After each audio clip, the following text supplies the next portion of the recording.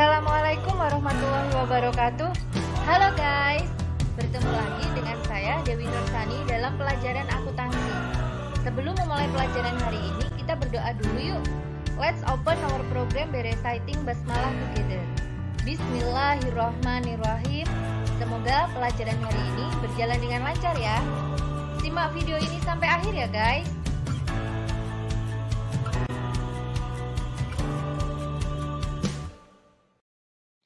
Oke, kali ini kita akan membahas akuntansi untuk pendirian firma jika firma itu didirikan oleh anggota yang semua anggotanya itu belum memiliki usaha sebelumnya. Nah, apa saja langkah-langkahnya? Adapun langkah-langkah dalam menyusun akuntansi untuk firma yang didirikan oleh para anggota yang belum memiliki usaha semuanya, yang pertama adalah buatlah dulu jurnal umum atas masing-masing setoran awal para anggotanya. Yang kedua adalah buatlah buku besarnya. Poin 2 ini opsional ya. Yang ketiga adalah susunlah neraca saldonya. Nah, kenapa poin 2 ini opsional? Boleh dibuat atau enggak? Karena biasanya jurnal umum isinya belum kompleks, hanya berisi setoran modal awal saja, sehingga neraca saldo bisa disusun hanya dengan mengamati dan menjumlahkan jurnal umum saja. Tapi bila dirasa perlu, maka kalau kalian mau menyusun buku besar, juga itu nggak masalah, lebih baik. Berikut saya beri contohnya. Misalnya pada awal Januari 2022, Ali, Dani, dan Soleh itu mendirikan all shop pasti laku dengan setoran modal masing-masing. Yang pertama, Tuan Ali itu menyetorkan kas sebesar 20 juta, tanah senilai 10 juta, dan bangunan kantor senilai 14 juta. Kemudian Tuan Dani menyetorkan kas sebesar 16 juta dan kendaraan senilai 15 juta. Dan yang ketiga, Tuan Soleh menyetorkan kas sebesar 15 juta, persediaan barang dagang senilai 20 juta, dan peralatan senilai 12 juta. Nah, dari sini mari kita akan buat akuntansi atas pendirian firma All Shop Pasti Laku ini. Yang pertama tadi membuat jurnal umumnya ya. Ini saya sudah buat format jurnal umumnya atas All Shop Pasti Laku. Kita mulai dari menjurnal atas setoran modal Tuan Ali. Dia menyetorkan kas senilai 20 juta, tanah senilai 10 juta, dan bangunan kantor senilai 14 juta. Tetapi ternyata ada catatan. Ada penilaian ulang terhadap tanah dan bangunan. Nah, tanah Ali ini dinilai kembali dengan harga 14 juta. Kemudian bangunan dinilai kembali dengan harga 12 juta. Nah, kalau ada seperti ini, maka harga tanah menggunakan tanah penilaian ulang.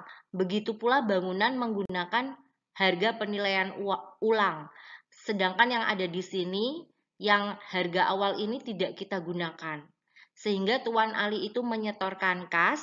Di sini saya tulis dulu ya, Januari 2022, menyetorkan kas senilai 20 juta, kemudian Tuan Ali menyetorkan tanah yang kita pakai harga yang ini ya, 14 juta, kemudian menyetorkan bangunan senilai 12 juta, saya tulis di sini. Nah, berarti total dari modal Tuan Ali kalau dijumlahkan senilai 46 juta.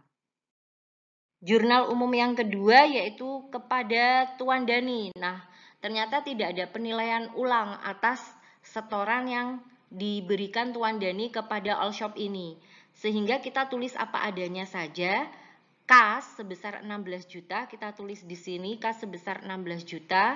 Kemudian kendaraannya juga sebesar 15 juta karena tidak ada penilaian ulang terhadap kendaraan. Sehingga modal yang disetorkan oleh Tuan Dani sebesar 31 juta.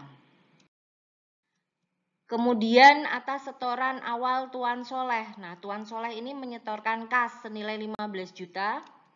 Kita tulis di sini 15 juta, kemudian persediaan barang dagang senilai 20 juta dan peralatan. Kebetulan juga tidak ada yang namanya penilaian ulang, sehingga kita tulis apa adanya dari soalnya. Nah, kalau sudah kita jumlahkan debit dan kredit pasti sama. Nah, selanjutnya kita buat neraca saldonya. Ini di sisi kanan sudah saya sediakan kolom neraca saldo, yang sisi kiri jurnal umumnya tadi. Kalau kalian mau menyusun buku besarnya dulu, monggo. Kebetulan dalam video ini untuk buku besarnya tidak saya buat. Karena saya merasa dari jurnal umum yang masih sederhana ini, saya bisa langsung membuat neraca saldonya hanya dengan mengamati dan menjumlahkan saja. Kalau kalian mau membuat buku besarnya, monggo. Kalian buatlah kolom-kolom buku besar untuk akun kas, tanah, bangunan, modal Tuan Ali, dan seluruhnya yang akun yang muncul ada di sini. Kalian buat, kemudian kalian posting. Begitu ya. Saya sudah ada beberapa video tentang bagaimana cara memposting jurnal umum ke buku besar. Nah, sekarang kita langsung menyusun neraca saldonya. Caranya adalah kalian amati dulu jurnal umum ini dari mulai aktiva yang paling liquid. Nah, biasanya yang pertama jelas pasti adalah kas. Ini yang paling liquid. Kas nomor 111. Kebetulan kas ada 3 ya. Nah, kita langsung jumlahkan aja. 20 juta, 16 juta, dan 15 juta. Posisinya sama-sama di debit. Jadi kita jumlahkan. Kas nomor 111 sebesar 51 juta. Kemudian nomor 11 itu kita pindahkan ke sini. Ke referensi di semua akun kas yang sudah kita jumlahkan tadi. Kemudian kita cari lagi yang harta lancar, ada persediaan barang dagang sebesar 20 juta. 112, kemudian kita pindahkan ke sini. Kemudian ada lagi nggak harta lancar? Nggak ada, berarti kita langsung ke peralatan, ke harta tetap sebesar 12 juta. 121, 12 juta kita pindahkan ke sini, 121. Setelah itu ada ini dulu. Kendaraan dulu sebesar 15 juta. Kita pindahkan ke sini kendaraan 122. Setelah itu ada lagi ini apa? Oh, tanah, ada tanah nih. Ada tanah sebesar 14 juta. Kita pindahkan ke sini 123. Kemudian setelah itu ada bangunan. Bangunan kita pindahkan ke sini, bangunan sebesar 124. Nomor akunnya maksudnya, nomor akunnya 124. Bangunan tadi sebesar 12 juta ya. Nah, kalau sudah, ini kayaknya udah nggak ada aktiva lagi, kita pindahkan pasiva. Pasiva ini hanya ada modal ya. Modal kita pindahkan yang pertama dari modal Tuan Ali dulu sebesar 46 juta. Kemudian 311 kita pindahkan ke sini, lanjut ke modal Tuan Dani sebesar 31 juta. 312 kita pindahkan ke sini, dan yang terakhir adalah modal Tuan Soleh sebesar 47 juta. Nomor 313. Setelah itu seperti biasa di neraca saldo ini kita jumlahkan. Hasilnya pasti sama.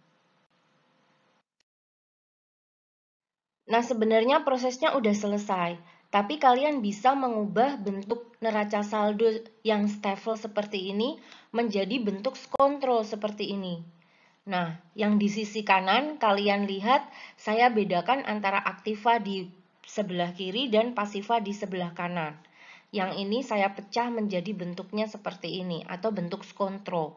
Nah, ini kalau menurut saya bentuk seperti ini lebih manis jika disajikan sebagai neraca awal atas pembentukan firma All Shop Pasti Laku.